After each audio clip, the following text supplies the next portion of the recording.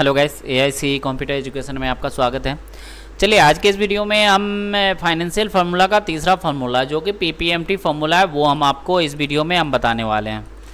तो पिछले वीडियो में आप लोग देखे थे पीएमटी लगाएं, उसके बाद पीपीएमटी बनाए, पीपीएमटी आपको आईपीएमटी फार्मूला बता दिए थे, यहाँ पे पीएमटी बता दिए थे, आईपीएमटी बता दिए थे पिछले वीडियो में। उससे पिछले वीडियो में हम पीएमटी बताए थे और यहाँ पे फाइनेंशियल फार्मूला से रिलेटेड 3-4 वीडियो, लगभग 3-4 वीडियो होगा, वहाँ पे देख लें, आप शुरू से देख लें, ठीक है। अगर पीएमटी फार्मूला को, आईपीएमटी फार्मूला को, पीपीएमटी फार्मूला को अच्छे से सीखना है तो पिछला वीडियो जाकर जो फर्स्ट वीडियो हम अपलोड किए हैं उसको सीख लें। वहाँ पर हमें पूरा एक्सप्लेन करके हम बताए हैं कि ये फार्मूला किस चीज़ में काम आता है और कैसे फार्मूला को यूज़ करते हैं। तो पीएमटी फार्मूला हम समझा दिए थे कि पीएमटी फार्मूला ईएमआई के लिए यूज़ करते हैं। आईपीएमटी फार्मूला समझाएं जो कि पिछले वीडियो में आपको समझाएं कि इंटरेस्ट रेट निकालने के लिए होता है। अब आ गया लास्ट फार्मूला जो पीपीएमटी से हम प्रिंसिपल वैल्यू निकालते हैं, ठीक है। यहाँ पे पीपीएमटी फार्मूला डाला हुआ है, यहाँ पे देख लेंगे फार्मूला कैसे लगाना है, ठीक है। वैसे हम इस वीडियो में आपको लगाकर दिखाते हैं और अच्छे से। तो पीपीएमटी से ये समझ लिए प्रिंसिपल वैल्यू निकालना है। प्रिंसिपल वैल्यू कैसे निकलेगा वो हम निकालेंगे इस वीडियो में, ठीक है। प्रिंसिपल वैल्यू निकालने के लिए पीपीएमटी फार्मूला यूज़ करेंगे, जो कि पीएमटी आप यूज़ कर चुके हैं, आईपीएमटी यूज़ कर चुके हैं।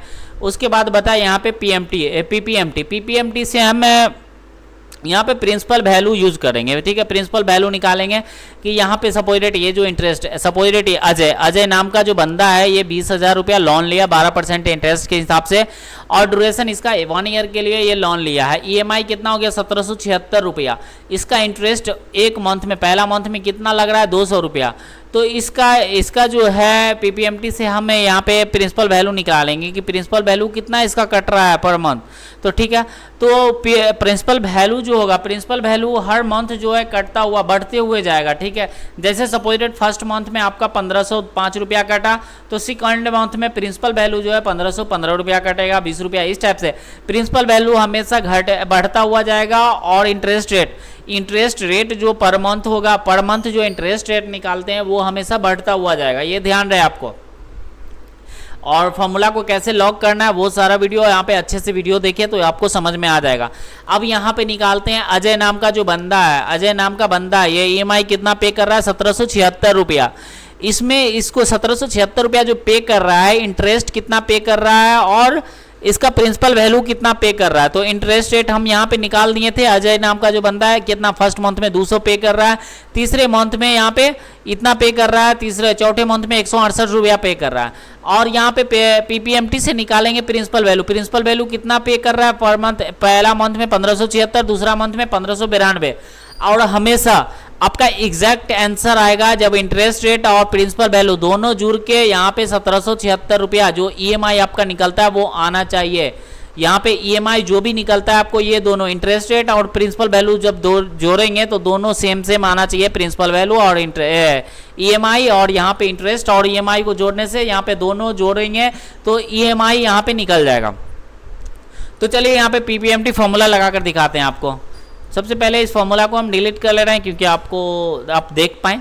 तो यहाँ पे फॉर्मूला लगाएंगे इजकल टू, ठीक है, इजकल टू यहाँ पे पीपीएमटी फॉर्मूला लगा दिए ओपन ब्रैकेट। यहाँ पे फॉर्मूला को गौर से देखेंगे, ठीक है। हम शुरू से ही बता रहे हैं, शुरू से जो भी फॉर्मूला लगा रहे हैं आपको हम बोल रहे हैं कि फॉर्मूला मत ध्यान दें, ठीक है।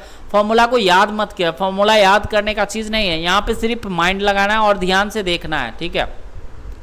तो आप फॉर्मूला को पहले समझ लें अच्छे से, 2-4 बार लगाकर आप फॉर्मूला को पहले समझें, उसके बाद फॉर्मूला ट्राई करें। यहाँ पे फॉर्मूला को याद करने की चीज़ नहीं है, ठीक है। फॉर्मूला को सिर्फ समझना है क्या पूछ रहा है। तो जैसे ही पीपीएमटी लगाएं, हम फॉर्मूला ओपन ब्रैकेट दिए तो सबसे पहला ऑप्शन आ रहा है मेरे सामने रेट का। रेट मीन्स जितना इंटरेस्ट आपसे बैंक वाला लिया है या फिर जिससे आप लोन लिए हैं, जितना लोन लिए हैं वो आपसे कितना इंटरेस्ट रेट ले रहा है वो डालेंगे रेट में। तो रेट क्या है अजय का अभी हम निकाल रहे हैं, तो अजय वाले कॉलम में रेट क्या है 12% है, तो इसको हम सिलेक्ट कर लेंगे, इसको डिवाइड कर देंगे किससे 12 से। उसके बाद क्या बोल रहा है, कॉमा दबाने के लिए, यहाँ पे कॉमा प्रेस करने के लिए बोल रहा है तो कॉमा हम प्रेस करेंगे कीबोर्ड से।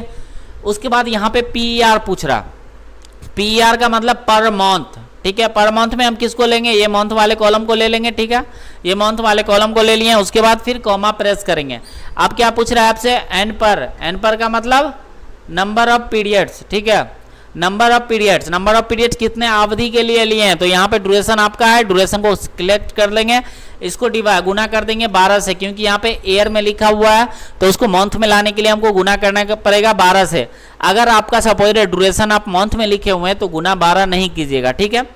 उसके बाद कॉमा प्रेस करेंगे। आप पूछ रहा है आपसे प्रिंसिपल वैल्यू क्या है आपका लोन अमाउंट का, ये जो लोन जो लिए हैं वो लोन अमाउंट जो हो गया आपका प्रिंसिपल वैल्यू हो गया, ठीक है। अब क्लोज ब्रैकेट प्रेस इंटर कर देंगे। यहाँ पे क्लोज ब्रैकेट प्रेस इंटर जैसे ही किया यहाँ पे माइनस में फॉर्मूला निकला, ठीक है, यहाँ पे माइनस में निकल गया, क्योंकि यहाँ पे प्रिंसिपल वैल्यू और इंटरेस्ट रेट हमेशा जो है कटता है आपके प्रिंसिपल वैल्यू से, इसलिए यहाँ पे माइनस में ही आंसर आएगा। इसको प्लस में लाने के लिए पीपीएमटी के आगे हम माइनस लगा देंगे, प्रेस इंटर कर देंगे तो यहाँ पे प्लस में फॉर्मूला निकल जाएगा। तो चलिए फिर से हम फिर से इसको इसी फॉर्मूला को हम फिर से लगा कर दिखाते हैं आपको। यहाँ पे फिर से गौर से देखेंगे, equal to PPMT open bracket, यहाँ पे रेट बोल रहा है तो रेट हम लेंगे अजय नाम का, अभी अजय बंदा है, अजय का हम यहाँ पे फॉर्मूला लगा रहे हैं अजय वाले कॉलम पे। तो अजय जो है इंटरेस्ट रेट कितने इंटरेस्ट रेट पे लिया है, तो 12% पे, तो इस सेल को हम सिलेक्ट कर लेंगे। अब इसको डिवाइड कर देंगे 12 से, ठीक है, यहाँ पे समझ गए। उसके बाद फिर कॉमा प्रेस करेंगे। यहाँ पे पूछ रहा है पर मतलब पर मंथ, यहाँ पे देख लिए पर है, यहाँ पे एन पर है, यहाँ पे दोनों में अंतर है। पीईआर जहां पे रहेगा वहां पे आपका हो गया पर मंथ के लिए, और एनपीईआर रहेगा तो समझिए यहाँ पे हो गया नंबर ऑफ पीरियड्स, जो भी जितने अवधि के लिए, सपोज डेट आप जो लोन लिए हैं वो कितने अवधि के लिए कितने साल के लिए वो हो गया आपका एन पर, ठीक है। यहाँ पे फॉर्मूला सिर्फ समझिए, पीईआर का मतलब पर मंथ, जितना पर मंथ, अगर सपोज रेट यहाँ पे प्रिंसिपल वैल्यू अगर 12 मंथ के लिए हैं तो 12 कॉलम आप यहाँ पे ट्राई करेंगे, ठीक है। अगर और भी ज़्यादा है 24 मंथ के लिए तो 24 कॉलम, तो यहाँ पे पर मंथ जो पर मंथ निकालना है ना उसके आगे 1-2 दे देंगे, ठीक है। तो पर मंथ में हम इसको सिलेक्ट कर लेंगे। उसके बाद कॉमा प्रेस करेंगे। आप पूछ रहा है एन पर नंबर ऑफ पीरियड्स कितने अवधि के लिए हैं, तो यहाँ पे ड्यूरेशन वाले को सिलेक्ट कर लेंगे और इसको गुना कर देंगे 12 से, ठीक है। उसके बाद फिर कॉमा प्रेस करेंगे। आप पूछ रहा है कि आपसे पीबी मतलब प्रिंसिपल वैल्यू क्या है आपका 20,000 है, तो 20,000 वाले को सिलेक्ट कर लेंगे, क्लोज ब्रैकेट करेंगे, प्रेस इंटर कर देंगे। यहाँ पे फॉर्मूला निकल गया माइनस में, इसको प्लस में लाने के लिए पीपीएमटी से पहले हम माइनस का फॉर्मूला माइनस लगा देंगे, प्रेस इंटर कर देंगे। अब यहाँ पे देखिए मेरा फॉर्मूला अभी भी एक्यूरेट सही नहीं हुआ। अब जैसे यहाँ पे माउस से लेकर आप ड्रैग करेंगे तो यहाँ पे देखिए फॉर्मूला बस 3 पे ही लगा।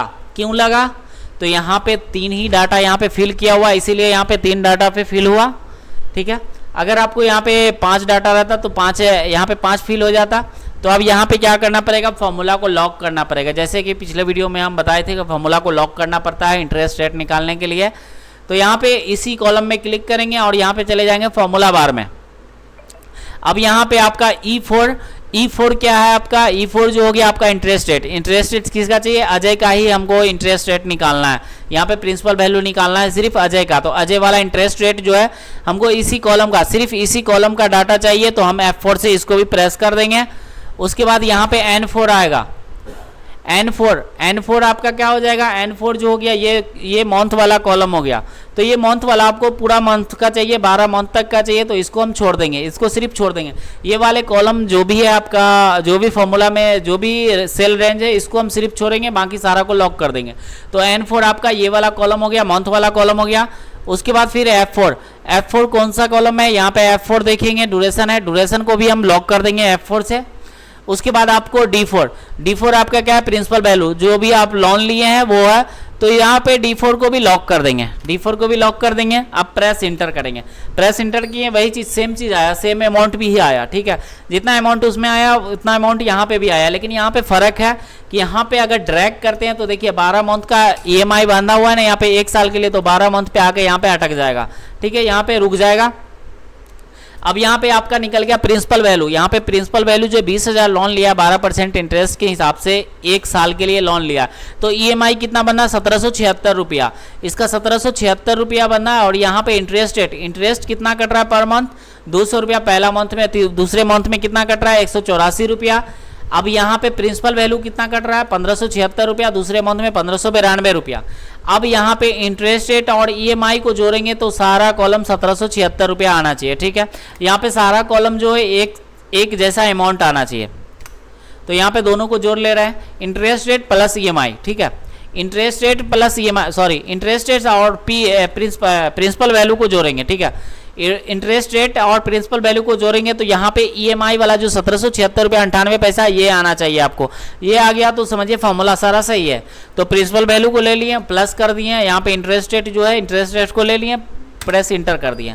1776 रुपया 98 पैसा देख लिए कि 12 मंथ का 1776 रुपया 98 पैसा सारा कॉलम में आना चाहिए। सारा कॉलम में 1776 रुपया 98 पैसा आ गया तो इसका मतलब यहाँ पे मेरा सारा फॉर्मूला एक्यूरेट एकदम 100% सही है, ठीक है।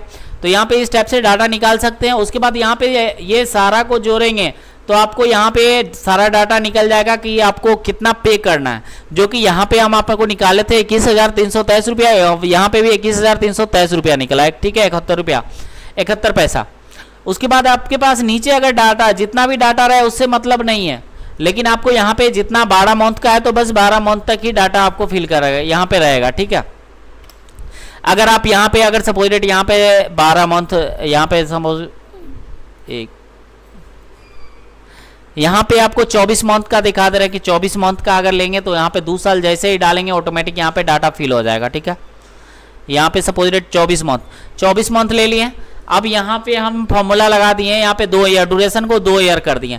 अब जैसे ही इस पे क्लिक करेंगे यहाँ पे और यहाँ पे क्लिक करके इसको ड्रैग जैसे ही करेंगे तो 24 मंथ तक ऑटोमेटिक फिल हो जाएगा।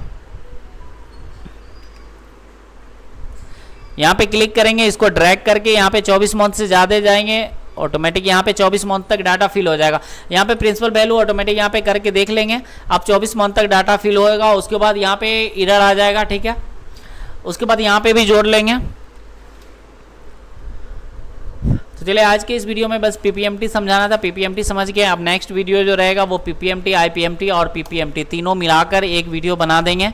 आप समझिएगा, वो लास्ट वीडियो रहेगा फाइनेंशियल फार्मूला का। उसके बाद एक और प्रोजेक्ट बनाएंगे फाइनेंशियल फार्मूला का, ठीक है। Thank you.